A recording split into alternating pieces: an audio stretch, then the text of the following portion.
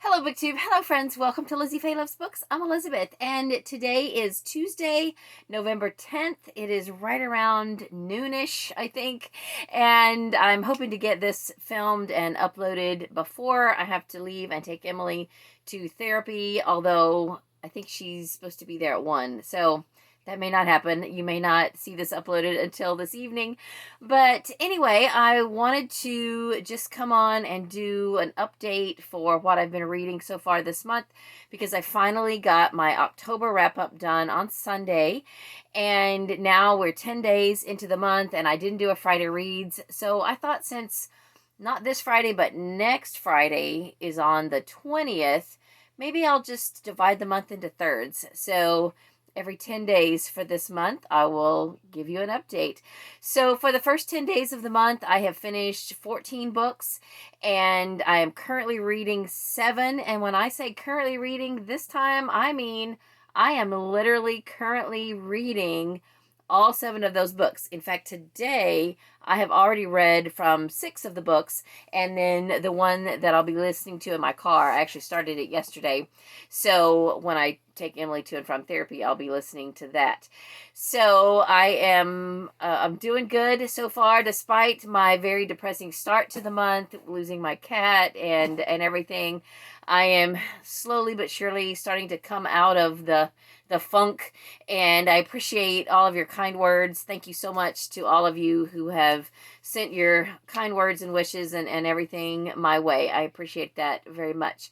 So anyway, I am going to put in a little segment here of what I finished the first couple of days of the month that were the last things on Audible Escape that I listened to. I was able to download, I guess, 1, 2, 3, 4, 5 books on my old phone, and then I turned off the Wi-Fi.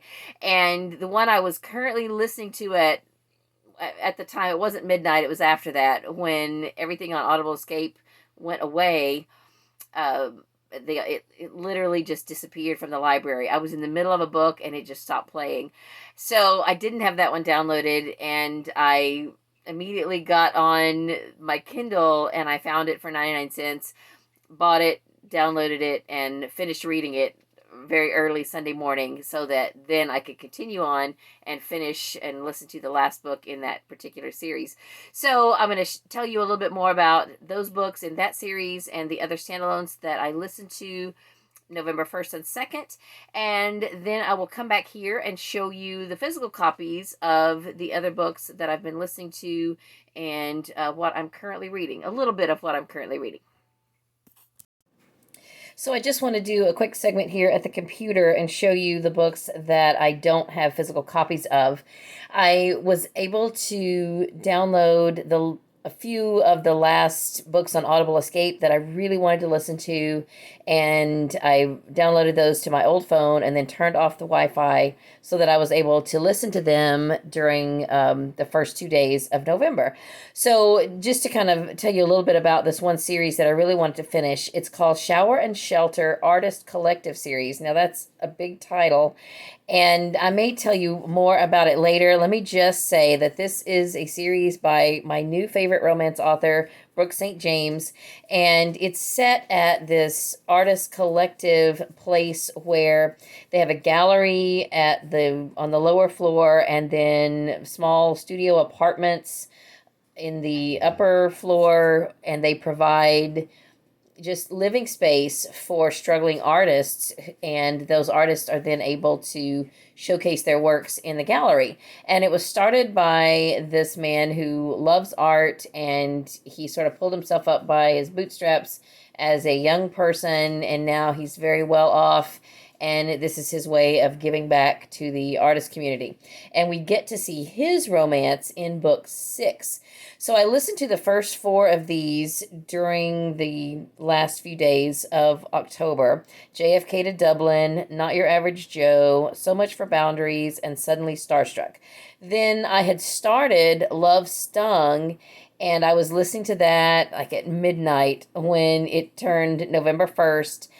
And I thought I'd be able to go ahead and finish it so I didn't download that one to my old phone. I did download the last one, My American Angel, But then they ended up disappearing before I could get it completely finished. So I ended up going to my Kindle and buying it for 99 cents and reading it and finishing it because I had to know how it was going to end.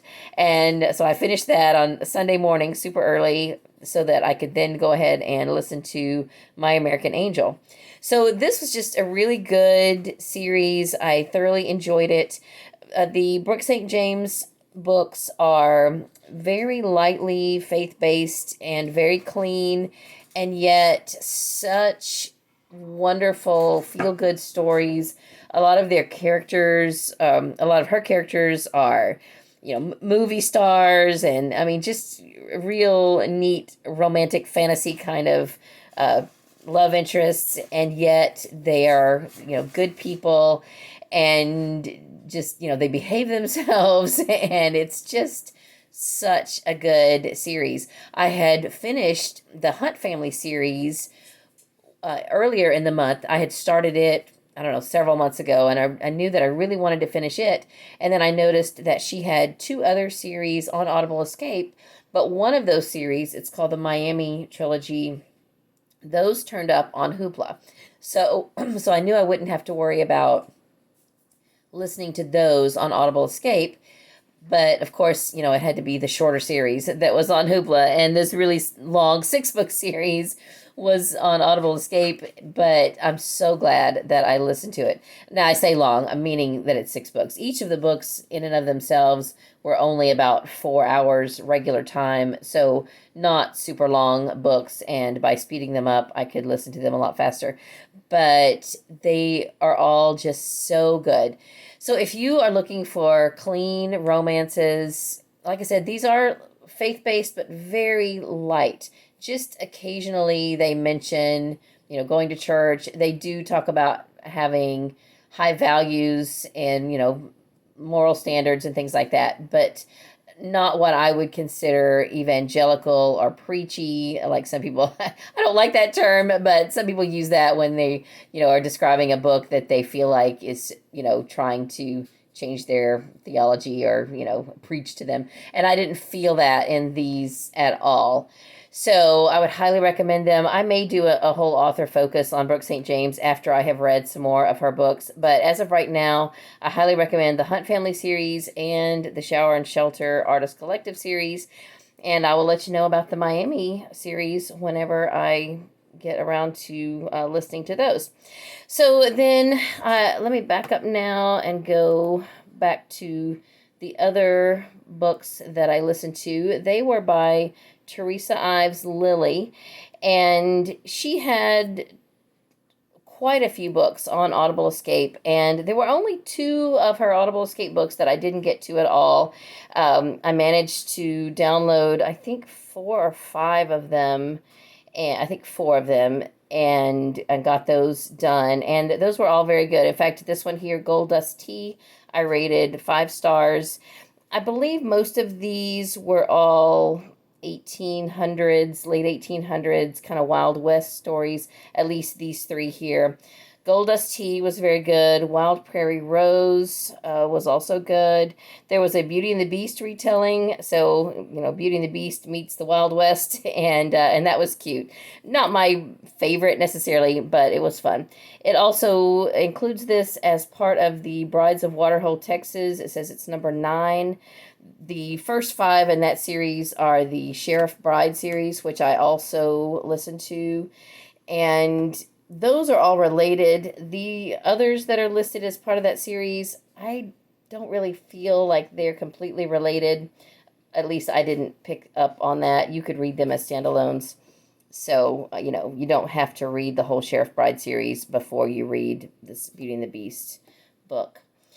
And I can't remember a lot of details about Wild Prairie Rose. I think it was about a girl who was kind of almost like an old maid. She didn't feel like, anyone, she was ever going to find a husband. Oh, she answered a mail order bride ad, but it turned out that the ad was worded a little bit wrong, and the guy thought he was advertising for a cook, and she thought he was advertising for a wife. So when she gets there, he's like, well, I don't want to marry you. You're too plain, and I'm a rich guy. I can marry whoever I want. I just need to cook. So the guy who had picked her up at the stage and brought her to who she thought was her potential husband's home, he ended up falling in love with her, but he felt like he was kind of an ugly duckling too, and so they eventually realized that they had feelings for each other. So that was sweet. Then Can't Help Falling in Love. That was more modern. It had something to do with Elvis. Now I can't remember any details about it. I honestly don't remember it at all. It says it is Love Me Tender book 1. I didn't see any others, at least not on the Audible Escape. Oh, there was something to do with an Elvis impersonator, and he had inherited a bed and breakfast from someone, and he was thinking about selling it, and this girl comes along, and I don't know, she helps him make a go of it, and they fall in love. That's as much as I can remember of it. It was okay. It wasn't my favorite, but it was cute. Okay, so going back to my list now. That's everything that I finished up on Audible Escape. So now I finished off this. I had made a whole shelf here of my Audible Escape wish list. I had a total of 65 books. Well, I still have a total of 65 books, and I got 60 of the 65 done. And I'm super excited about that, just to kind of scroll back through. So now I will delete this shelf. I do have a shelf for everything that I listen to on Audible Escape, and so I'll just move these over to that shelf and delete the wish list shelf. And then the 5 that I did not get to, one of them is a Debbie Macomber book. Let's see if I get to the end here. It was a Debbie Macomber book, Friends and Then Some, and it's on Scribd on audio. And then there were 2 Theresa Ives Lilly books, An Unchained Love and Gambled Away. And I think those are on Kindle, so I might purchase those on my Kindle. And then 2 books in the Hope Haven series by Rayanne Thane. Book 5, Willow Leaf Lane, and book 6, Christmas in Snowflake Canyon. I don't have book 7 on here anymore because it's on Hoopla. So unless these 2 turn up on Hoopla at some point, I will have to read those in print. So those 5 books were the only ones I didn't get to on Audible Escape. So I'm going to call that a win that I listened to 60 books on Audible Escape before it ended, or, by the time it ended. And so now let me go back to my red shelf, because I have, in addition to those, what was it, 1, 2, 3, 5, 6. So those 6 books that I have finished since November 1st. I have also finished a few others. Today is the 10th of November, and I didn't get a Friday Reads done. I mentioned in my October wrap-up that I just wasn't in the mood to film because I've still been kind of down in the dumps about losing my cat. And so I did manage to keep reading. Thankfully, I have the hobby of reading to sort of take my mind off of things. And so I'm thankful for that. Some of these things I have physical copies of, but the one I've already had to return to the library is Christmas Cupcake Murder. I had a physical copy, the print book, and I had a CD copy, but both of those, because this is a new release, I needed to go ahead and get those back to the library. But I did finish the book, and I thought it was really good. I'm not really clear on why this one's called Murder, because the main mystery was not really a murder. Maybe because every other book in the series has the word murder in it, and so she was just going for consistency. This is a prequel, but I wasn't real clear on the timeline. It does say in the intro when it is, but I think this maybe takes place after she has solved a couple of murders, but it's before her mom opens the antique shop. So it's somewhere in the early days of Hannah Swenson. So, or the series. Okay, I think everything else I've got physical copies of, so I will go back to the actually, yes. So I'll go back to my other filming location and show you the rest of the things that I have read in the first 10 days of the month. Okay, I'm back. So let me just show you what I have finished already of the physical books that I have, and then I might just briefly share a little bit about what I'm currently reading.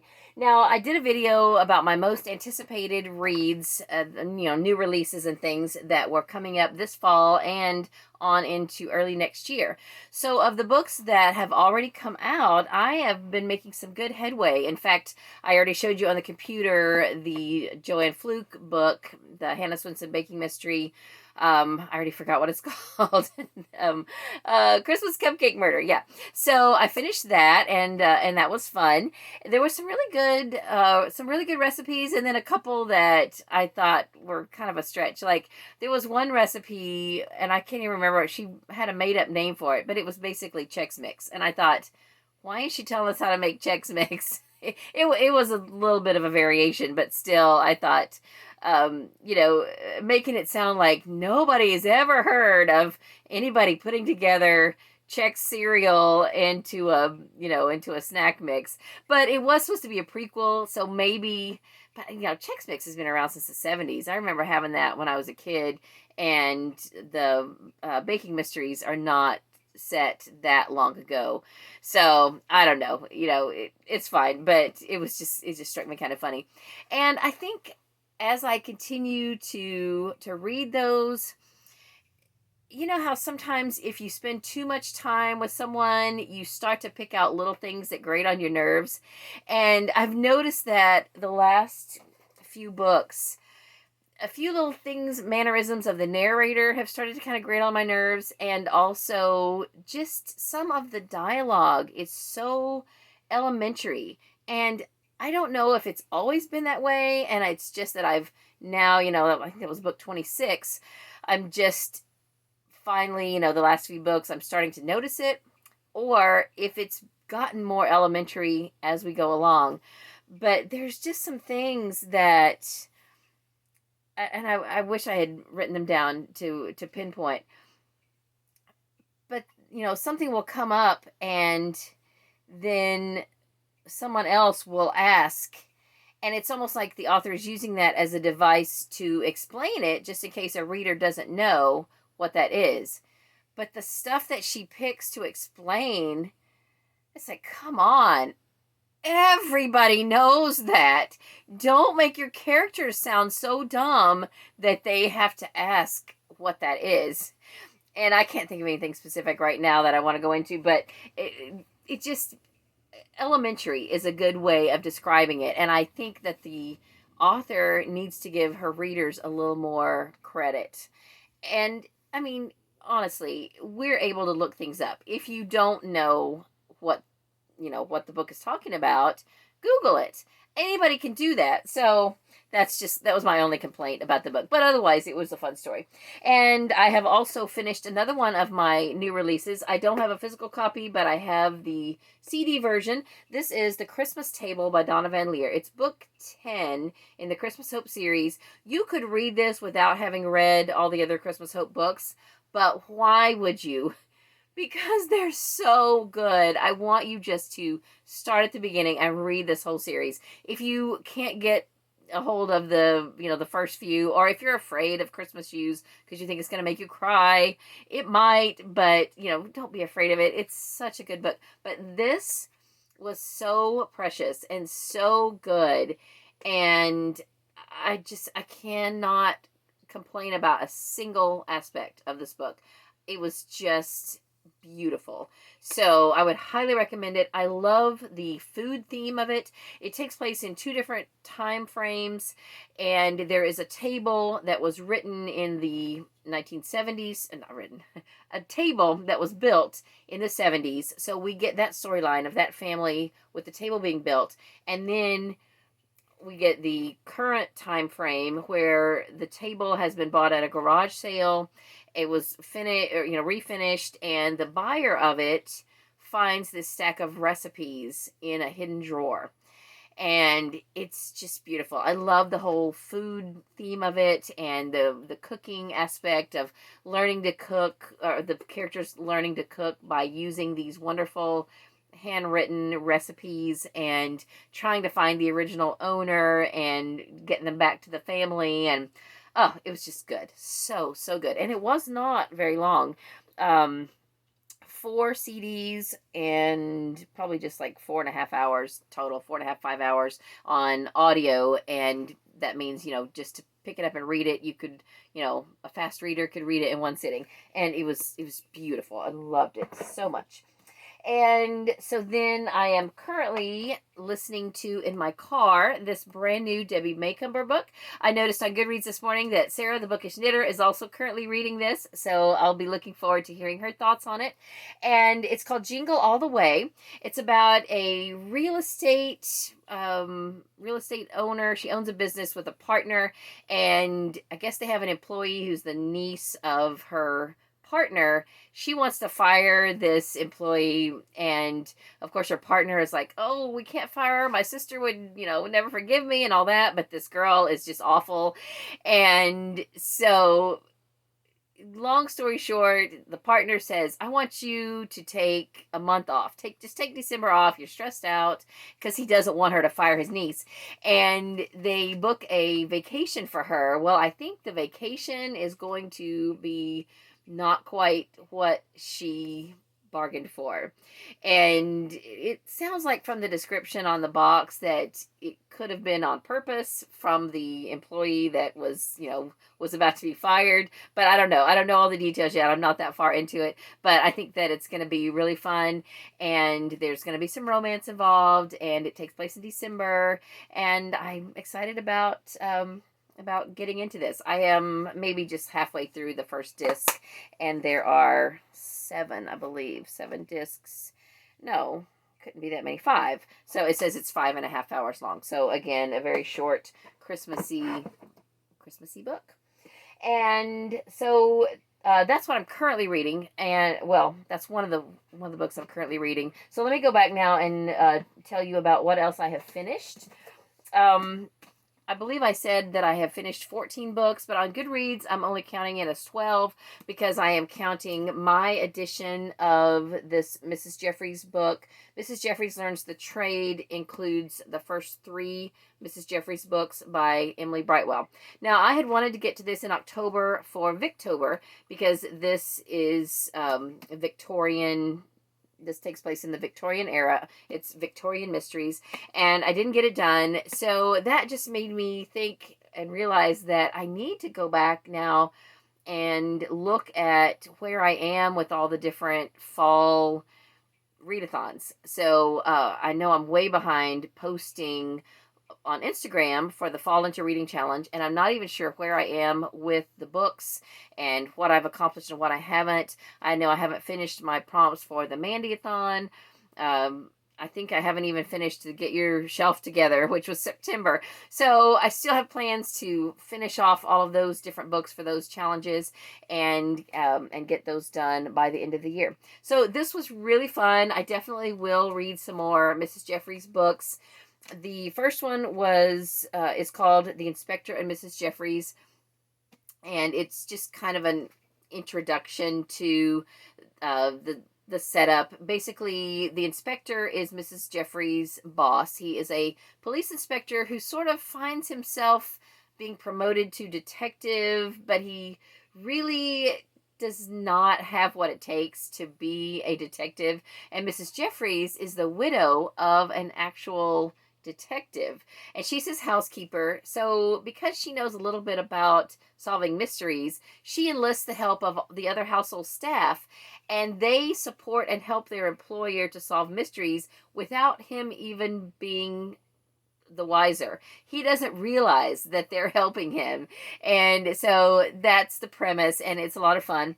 So then the second book, Mrs. Jeffries Dusts for Clues, and then the third one is The Ghost in Mrs. Jeffries, which involves a medium and a seance and all of that stuff, which I'm not really into all that, but it was a fun book.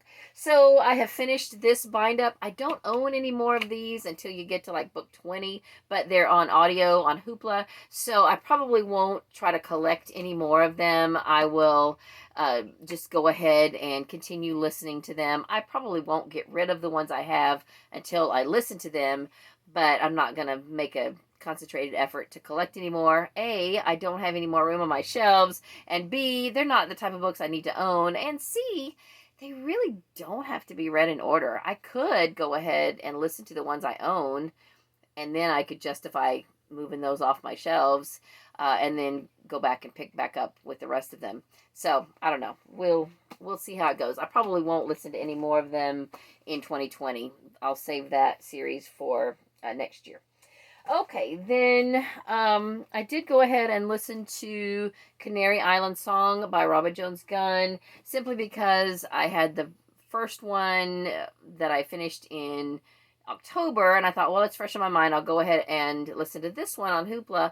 Turns out they're completely different stories. They really don't have anything in common except that they are about women who are sort of picking themselves up, dusting themselves off, and moving forward with life. I could not figure out if there were any connections. There were not any crossover characters. They're completely different locations, and so these could easily be read as standalones. Now, this second book does have a connection to the Christie series, which I have not read. Also, the Haven Maker series also is connected to the Christie series. So that's how I know a little bit about it. But I have not read any of the actual Christie Miller series. But Christie's husband, Todd, this story is about his father and his romance. So, kind of a second chance romance kind of thing. And so that was enjoyable. Then also, I was super excited to find the A Change of Heart, which is the next Philip Gully book that I needed to read in the Harmony series. And I think only like books 1 and 2, and then this one, which is book 5, are the only ones that are on audio on Hoopla. I've still got one more to read, book 6, Almost Friends, and I wish it was on audio because then I could just zip through that and I'd be done with the series. But anyway, at least I was able to listen to this one on audio, and hopefully I can get the last one read before the end of the year. I did not care too much for the narrator, and it's interesting because this is a tough series to narrate.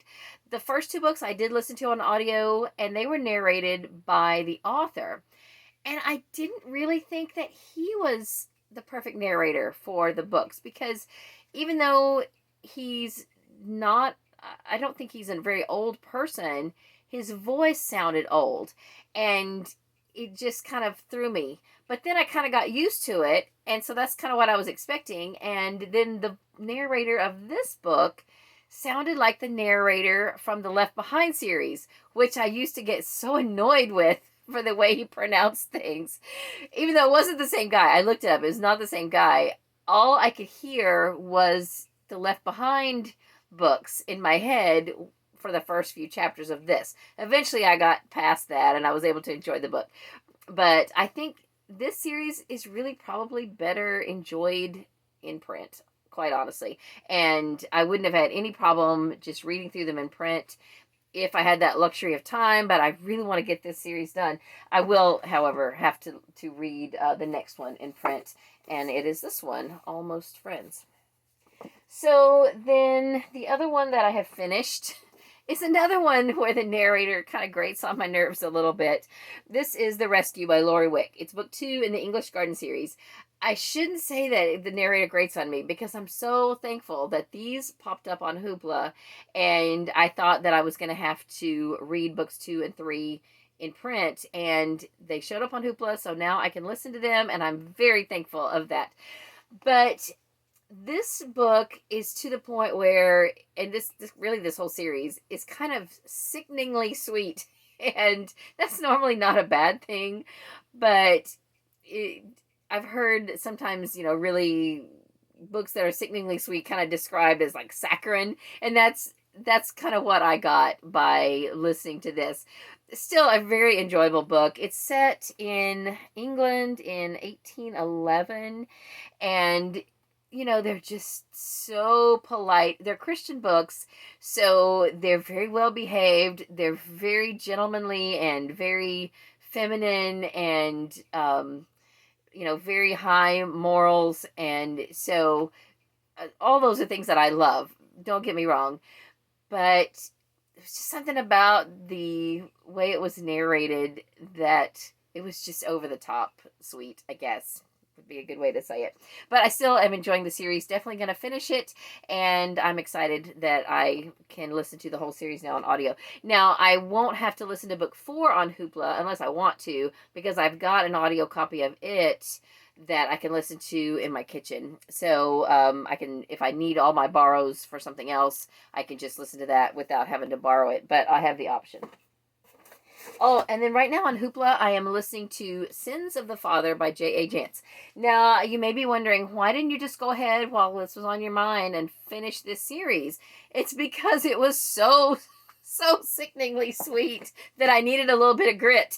And so I picked this up. Now, J.A. Jance, I love because she's not over the top gritty. Her murders and the subject matter can be very gritty, but she does it without assaulting you constantly with foul language. There is a little bit, just a sprinkling, but so far in this one, I don't think she has used the F word at all. Just a little bit here and there. And I've read a lot of J.A. Jance books. I've really enjoyed them all, and I'm very invested in the characters. Just really have enjoyed these books. This is the most recent J.P. Beaumont book. So when I finish this, I'll be completely caught up with that series. I hope there's going to be more. And then that only leaves finishing the Joanna Brady series and also reading the Allie Reynolds series. And I'm at the point now with Joanna Brady that the next book is a mashup with Allie Reynolds. So this is probably my last J.A. Jance book for the year, and then in next year, early next year, I will start the Allie Reynolds series and catch up to where I am with Joanna Brady and go from there. So I'm excited to be almost caught up with J.A. Jance. I'm about, this is a 13-hour audiobook, and I have about 7 hours left, I think, or 7.5, something like that. And then I'm not going to show you all of my current reads right now. Most of them are nonfiction. They're mostly all stuff out of my TBR jar. I've just been chinking away a little at a time with 3 books that I drew out of my TBR jar, plus my Year with C.S. Lewis book that I've been reading all year.